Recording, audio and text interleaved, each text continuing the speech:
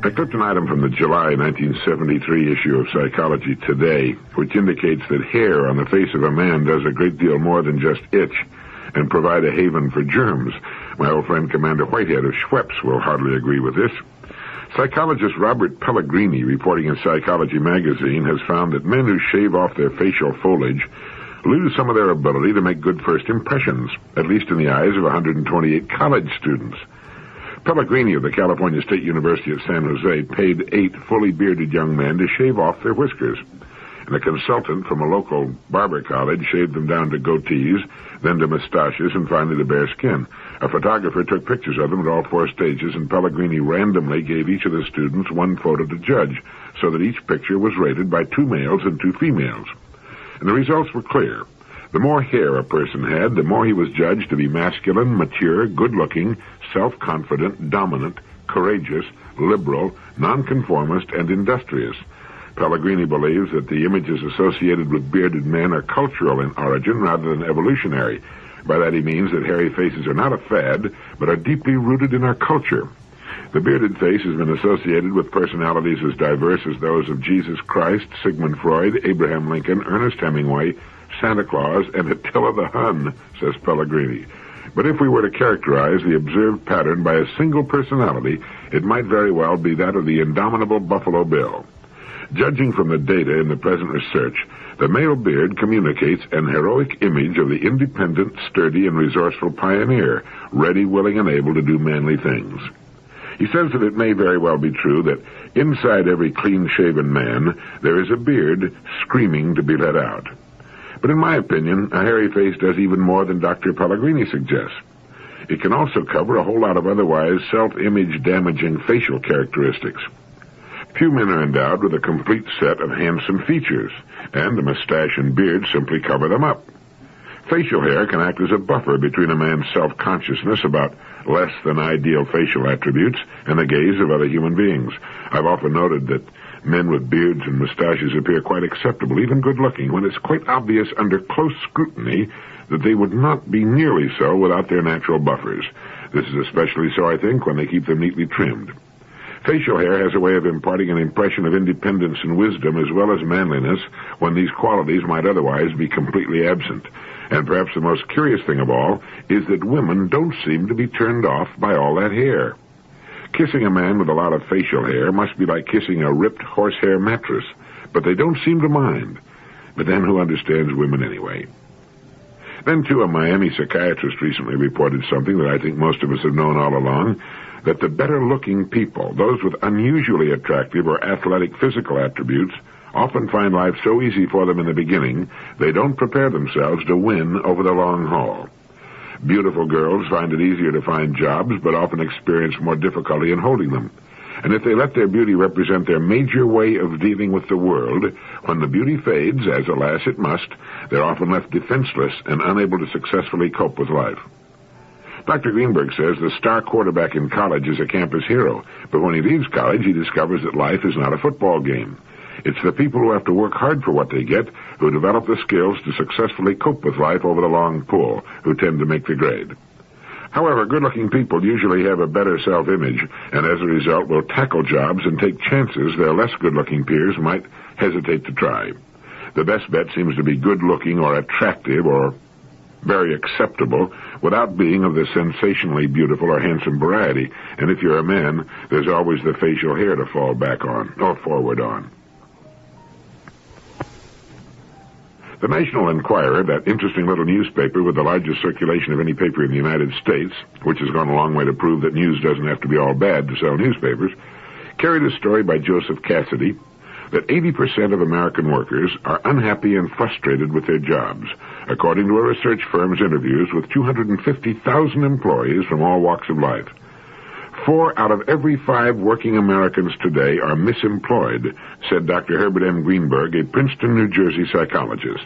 They're doing jobs they're not suited for and are thus miserable, added Dr. Greenberg, who is president of Marketing Survey and Research Corporation. These people hate to get up in the morning and go to work. Once on the job, they can't wait to go home. This is a terrible waste to our economy because of staggering losses in productivity, a terrible waste to individual companies since their misplaced employees might be doing a good job in another post, and a terrible waste to the worker himself, who is living an unfulfilled, unhappy life. The real job market tragedy in the United States today is not unemployment, it's misemployment. Dr. Greenberg said he bases his conclusions on interviews that he and his associates have conducted since 1957, with 250,000 employees of 4,000 firms representing every job category and educational group from every part of the country. He says that job frustration is as high at the managerial level as it is at lower levels. You'd think that assembly line workers would be less satisfied than managers, but this just isn't so, he said. Both the blue-collar worker and his boss are caught in jobs they don't like, and both are digging themselves into deeper, more frustrating ruts. People too often stumble into jobs and become caught in a pattern. Relatively few of them ever overcome their accidental beginnings. Instead, they fight their way through to do an adequate job and even succeed to the point where they're considered successful, but who are really very unhappy and who are not living up to their potential. Misemployment is costing American business billions of dollars a year. Among sales forces, for instance, says Dr. Greenberg, 20% of the salesmen sell more than 80% of the products and services. The rest of the salesmen are obviously in the wrong jobs. And take the production line worker who daydreams or plays games on the job to keep his sanity. We have millions of unemployed who would consider a job on that assembly line a tremendous plus. People aren't lazy, he said. If they like their jobs, they'll want to go to work and do a good job. Help a guy find his niche and he'll be a winner. Employers rely too much on what a person's done rather than what his potentials are. American business must scrap this outmoded, typecasting approach to hiring. What's the use of having 20 years' experience if a person is in the wrong job for him? And as for training an employee, training is only effective when you're training the right raw material. In the same issue of the Inquirer, there's a story of two Chicago area bankers who quit their jobs and bought a general store in Alaska. They're not making the money they used to make, but they say they're a lot happier, and so are their families. Now, all the unhappy, unmotivated working people in the country can't open general stores in Alaska, even though a good percentage of them could go into small businesses of their own and learn to live a new lifestyle. But unhappy workers don't necessarily indicate that the basic jobs are wrong. The problem may often lie with faulty motivation and lack of job enrichment. In 1971, a special research study made for members of the President's Association titled Motivation and Effectiveness, and authored by my good friend Frank C. Goebel, was issued, in which Mark Shepard, Jr., president of Texas Instruments, was quoted as saying, "The challenge of increasing human effectiveness is emerging as the remaining frontier offering competitive advantage to the organizations most successful in channeling human talent and energy into constructive outlets. The reservoir is vast, as talent at all levels is poorly utilized." And another friend of mine, consultant Joe Batten, stated that American business is currently overlooking its greatest productive ace in the hole. Literally millions of people are leaving their jobs every evening with much of their energy and productivity still unused. They throw themselves into bowling, little league, baseball, and other activities with a kind of enthusiasm and identification that management has not even tapped. If you're interested in making a study of how to best motivate employees, I suggest you might get a copy of this report. It has an excellent bibliography under references in the back, which would, in my opinion, represent one of the best libraries available on this subject. And another excellent little book I can recommend for guidelines in interpersonal relationships is Why Do You See It That Way? By Michael E. Kolobowski and Lawrence J. Taylor. I've often been struck by the meager libraries of so-called business executives. I guess they believe that managerial and creative talent and know-how is supposed to come to them in dreams, and that they're somehow above the necessity to read the words of others. They're mistaken, and are, as often as not, holding their jobs because of the shortage of real management talent today. They're often living examples of the Peter Principle. I believe you can judge the reach of a person's mind and capacities as well as his real interests by examining his or her library. I have known so-called experts on various subjects who don't own 10 books on their favorite subject. They just keep saying the same things over and over again, hoping, I suppose, for a fresh audience every time they speak. And I've also found that one of the most unrewarding projects of a top manager who would inspire those below him is to recommend or even loan books. For the most part, they're not read. There's only one way to obtain knowledge, and that is through study. But as Ortega said, studying is for most people like paying income taxes. They'll never do it unless they have to. And it's one of the main reasons that there are 6 to 10 top jobs in every field for every person qualified to handle it. If people aspiring to top management had to go through the kind of training that commercial pilots have to wade through, business failures would be as rare as commercial airplane crashes. In the world of business, the system seems to be to show up for work long enough, don't rock the boat, smile a lot, and time will take care of the rest. In the world of business, you might not be any smarter than you were 10 years ago, but you're there, and when the opening occurs, eventually they've got to put you into it. Once in, a good secretary can keep you there. A good idea would be to provide a bookcase with every junior executive office. Then, from time to time, make the rounds and watch the bookcases. Their growing contents, or the lack of them, will give you an excellent appraisal yardstick for future promotion, or the lack of it. Noting the kind of books would give you an insight into the real interests of the person and help you steer him in the right direction. For example, the books might be on fishing, in which case you could suggest that he go fishing permanently, or apply for a job with a fishing tackle manufacturer. But unless he's buying and reading books on management skills, he's not preparing himself for management. He's just marking time. Like most people aspiring to management positions, he probably feels that management skills come naturally at birth, like a navel or 10 toes. And of course, they don't. And here's something I like very much and found in Lewis Mumford's book, The Transformations of Man. We have arrived at a truism that has so far been forgotten it has the air of a paradox. The need to become human is man's first need, and perhaps it remains his deepest one. Nature provides the materials for this change, but man himself must effect it.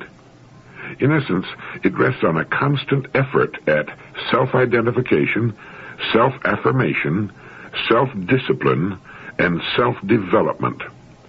By becoming human, man exchanges the stable natural self native to each biological species for a countless multitude of possible selves, molded for the working out of a special drama and plot that he himself helps to create. In order to effect an ongoing, self-renewing change, we need maintain a constant effort at self-identification, self-affirmation, self-discipline, and self-development. And here's something from the writings of Martin Buber that I found to be one of the most powerful and moving things I've ever read. Man wishes to be confirmed in his being by man, and wishes to have a presence in the being of another. Secretly and bashfully, he watches for a yes, which allows him to be, and which can come to him only from one human person to another. We notice this most with our dealings with children, but it also holds true with every person with whom we have any sort of real contact. We need to be confirmed in our being by others. We wish and need to have a presence in the being of another. And secretly and bashfully we watch for a yes, which allows us to be, and which can come to us only from one human person to another. I thought that was beautiful.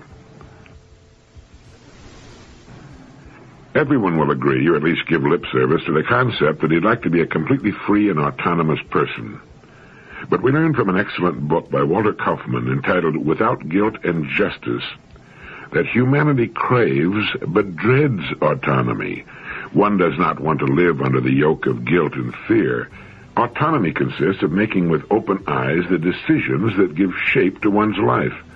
But being afraid of making fateful decisions, one is tempted to hide autonomy in a metaphysical fog and to become sidetracked and bogged down in puzzles about free will and determinism. It's far easier to define autonomy out of existence than it is to achieve autonomy in the very meaningful sense in which it can be attained. The difference between making the decisions that govern our lives with our eyes open and somehow avoiding this is all important.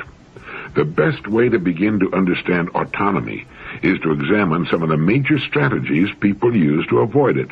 And this I shall do, he writes, and he does brilliantly. In this book, Kaufman examines 10 strategies by which people avoid making the kind of fateful and meaningful decisions about their lives that could transform them into courageous and autonomous persons. He calls those who avoid making such decisions decidophobes, and the condition of avoiding decisions, decidophobia. He points out that people do not fear all decisions. Decidophobes, far from dreading meticulous distinctions, may actually revel in them, for immersion in microscopic decisions is one good way of avoiding fateful decisions. Before getting into the 10 strategies people use to avoid making decisions, he points out that it's easy to understand why parents cultivate acrophobia, the fear of falling, in their children. Precipitous heights are dangerous, and having been taught to dread them, one communicates one's dread to one's children. That's much easier than teaching them prudence, self-reliance, and the skills required to enjoy peaks. All this applies just as much to decidophobia. Anyone making fateful decisions that affect others without feeling any apprehension would be a menace. Anyone who would unhesitatingly plunge into choices that are likely to mold his own character and future would be so unpredictable that he too would endanger the social fabric. The easiest way to ensure stability is to engender fear. Teaching the skills required for responsible decision-making is much harder. Choosing responsibly means that one weighs alternatives. He develops this theme further in his chapter on the new integrity. But comparing fateful alternatives and choosing between them with one's eyes open, fully aware of the risks, is what frightens the decidophobe. Now, basically, he has 3 options: to avoid fateful decisions, to stack the cards so that one alternative is clearly the right one and there seems to be no risk involved at all, and to decline responsibility. He need not even choose between these options. They can be combined. In brief, avoid if possible. If that does not work, stack. And in any case, make sure that you do not stand alone. It would be reasonable to feel apprehension in direct proportion to the number of those whom our decision is likely to affect importantly. But people tend to attach disproportionate importance to themselves. The decisions they dread most are those that shape their character and their future. He goes on to write, I shall examine 10 strategies that help decidophobes to avoid dizziness. All of them involve the refusal to scrutinize significant alternatives. When anyone shuts his eyes in a crisis, it is plausible to assume that he's afraid. But if he merely acts as if he were afraid, he's still open to criticism. My critique of decidophobia applies also to those who are not afraid, but merely behave as if they were. And he goes on to write, before I consider the 10 strategies, let me comment very briefly on 2 writers who have illuminated decidophobia and one who has not. He then goes into a discussion of Kierkegaard, the father of existentialism, and Jean-Paul Sartre, and mentions Sartre's famous declaration in 1943 that man is condemned to be free, suggesting clearly that man finds freedom hard to bear. He points out that in Sartre's philosophy, man is freedom, but always tends to look upon himself as if he were a thing. Thus he succumbs to what Sartre calls mauvaise foi. In my language, this bad faith and these constant self-deceptions are prompted by decidophobia. And after commenting on Erich Fromm's book, Escape from Freedom, and the example of how Hitler achieved complete control of Germany's fate, he examines the 10 strategies most common to decidophobes. In first place, he lists religion, and points out that, as a rule, one does not even decide to submit to the authority of a religion. One is born into the fold and then confirmed at the threshold of adolescence before one has any chance to explore alternatives and make a choice. One does not so much decide to stay as one does not decide to leave. Decidophobia keeps one in the fold. Admitting quite readily that not all religious people are decidophobes, he says that nevertheless religion represents one of the most popular strategies for avoiding the most fateful decisions. In fact, it's nothing less than the classical strategy. Number 2 he lists as drifting. It represents another, even less deliberate strategy, and it comes in 2 forms. Model A is extremely popular with those over 30, without being confined to them. Status quoism. Instead of choosing how to live, with whom, where, what to do, and what to believe, one simply drifts along in the status quo. All decisions are made, none need to be made. Some people need a regular supply of alcohol or tranquilizers to remain satisfied with Model A. This form of inauthenticity is readily perceived by many students, and a few go to the opposite extreme, which is Model B. One drops out, has no ties, and is not guided by tradition. One has no code, no plan, no major purpose. One lives from moment to moment, rarely knowing in advance what one will do next. Model B can also be lubricated with alcohol, but since World War II, this kind of drifting has been associated more often with other drugs. Some of those who have drifted in a Model B are afraid of making almost any decision. If they hitchhike, they go wherever they're taken. They leave things to chance. Everything depends on whatever impulse happens to be felt at the moment. To be governed by caprice is to drift. The hero of Camus' novel, The Stranger, illustrates this orientation. When this way of life breeds a sense of emptiness and despair, one becomes receptive to the siren song of commitment. Allegiance to a movement is the third strategy. Such allegiance, again, is not always decidophobic. Some movements have little bearing on faith and morals, goals and lifestyles.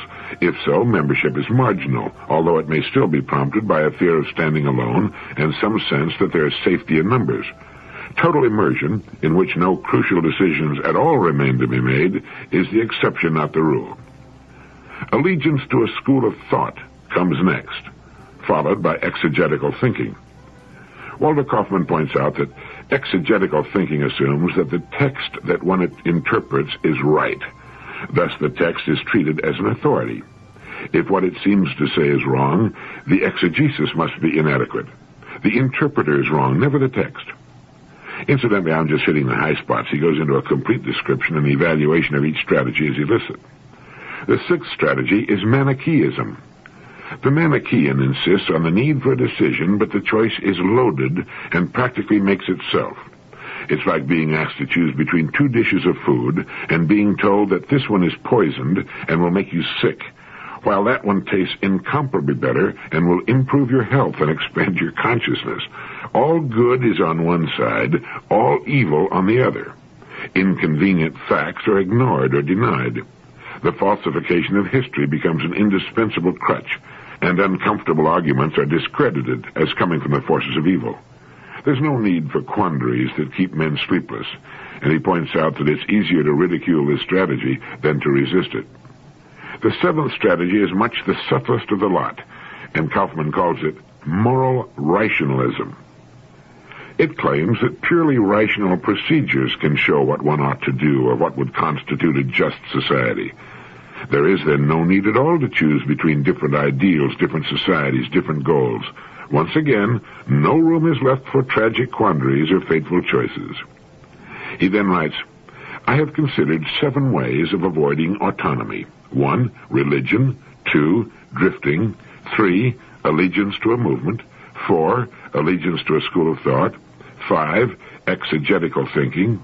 6, Manichaeism. And 7, moral rationalism.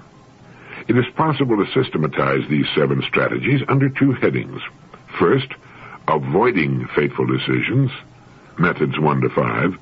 And second, making fateful decisions, but stacking the cards in some way so that the choice will make itself, and there's no possibility of tragedy. Choices 6 and 7. The 8th strategy for avoiding autonomy is pedantry. It plays a central part in the creeping microscopism mentioned earlier, and I've noted previously, he writes, that as long as one remains absorbed in microscopic distinctions, one is in no great danger of coming face to face with fateful decisions. Of course, careful attention to detail is not only compatible with autonomy, but a requirement of intellectual integrity. Pedantry becomes decidophobic at the point where a person never gets around to considering major decisions with any care and closes his eyes to macroscopic alternatives, and the same criteria apply to all the other strategies. The 9th strategy is the faith that one is riding the wave of the future. This, too, is usually part of a mixed strategy and frequently associated with religion, allegiance to a movement, belonging to a school of thought, or Manichaeism. Those who employ the 9th strategy never stand alone or unsupported. They always feel backed up by force majeure, astrology, oracles, and the Chinese I Ching, which achieved such immense popularity in the United States during the 1960s, have always attracted decidophobes. And the 10th and final strategy is marriage. The 10th strategy, finally, often spells total relief, like the first 2. At first glance, it looks quite different from the others and therefore out of place, but is probably the most popular strategy of all. When getting married, legions of women have echoed Ruth's beautiful words, which in the Bible are not spoken to a husband. Your people shall be my people, your God my God. Henceforth they agree to make no more fateful decisions. They'll leave that to their husbands. This pattern is deeply ingrained in many cultures. It's what a woman is expected to do when she gets married, and she's expected to get married. Actually, it doesn't always work that way. The man who boasts of making all the big decisions while he leaves the small ones to his wife may admit, when asked to explain, that big decisions concern what we should do about China. Small decisions deal with such matters as buying a house and where to live. Figuratively speaking, many men marry their mothers. It would be wrong to suppose either that marriage must involve decidophobia, or that when it does, only one spouse can have succumbed. This strategy can work for both husband and wife. Often a couple is a committee of two and makes decisions the way committees usually do. A consensus is presumed and not questioned if all goes well. But if things turn out badly, one does not feel altogether responsible. One merely went along. Left to one's own devices, one might have acted quite differently. In a bad marriage, such excuses are stated expressly. In a so-called good marriage, they're entertained privately. However unworthy it may be to harbor such thoughts, there's much more than a grain of truth in them. Left to their own devices, both partners, or on a committee, most or even all members might indeed have made a different decision. As it happened, nobody made any decision at all. And that was one of the main features of the whole arrangement from the start. Marriage is a way of avoiding the necessity of having to make fateful decisions. Instead of making a decision, one talks until something transpires. Another way of putting this point is less nasty and is unassailably true. In marriage, one no longer stands alone. Both partners have somebody to lean on if all goes well. It does require a fateful decision to get married in the first place, but that decision may have been prompted by decidophobia, by the desire to escape loneliness, by an unwillingness to make decisions in solitude. Now, there's nothing paradoxical in that. Kierkegaard's famous leap into commitment is quite typically the plunge one takes from a solitary height to be rid of freedom. It would require a fateful decision to go to a surgeon and say, "Please, doctor, give me a frontal lobotomy." But it would not be in the least paradoxical to say that anyone who made that choice was a decidophobe who had come to the conclusion that he could not take it anymore. Now, believe it or not, the part of the book that I've reviewed here constitutes only a part of the first 30 pages. And it's from here on out that the brilliance of Walter Kaufman shows us how and why we tend to sidestep autonomy, why we tend to tiptoe through life as though we're trying to make it safely to death. I believe every person who has any intention whatsoever of leading anything approaching a life of autonomy and freedom should read and reread this book. Walter Kaufman, born in 1921, came to the United States from Germany in 1939, received his Ph.D. from Harvard in 1947, and has been teaching philosophy at Princeton since that time.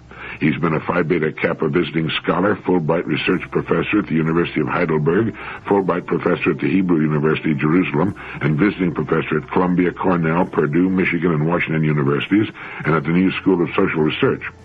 Somehow I'd managed to miss his earlier books, but I've since ordered several of them. I agree wholeheartedly with Professor John G. Stessinger, who said of this book that it proposes a new and liberating human ethic, that of creative autonomy. The author's argument is intellectually incandescent and logically compelling. The book is bound to become a major landmark in modern philosophy. By all means, read Without Guilt and Justice, From Decidophobia to Autonomy by Walter Kaufman, and add it to the important section of your library. He goes on to describe the autonomous person and lists actual persons whom he thinks have earned that rare and wonderful state. The bibliography at the back of the book will introduce you, as it did me, to many other books you'll want to add to your collection. Success as a human being, and in our work in life, always seems to hinge on the making of big and fateful decisions. How often have you heard someone say, "If only I had done so-and-so when I had the opportunity," or after having finally made a major decision, say, "I should have done this 20 years ago." In Dr. Pearl's book on Gestalt therapy, he recalls that when an opportunity came along for a psychotherapist to take an opening in South Africa, several good men in Germany turned it down. He took it and became quite wealthy and famous as a result, while those who had refused the post ended up in Hitler's death camps. This is not to say that we need jump at every opportunity that beckons, or that we're going to be killed if we don't. But there's a little doubt that we might take a much more adventurous attitude toward life and growth and look with great care on such opportunities when they present themselves. And this excellent book helps us examine ourselves and decide which, if any of his 10 strategies, have been keeping us in the shallows when we might have sailed into deeper and more interesting seas.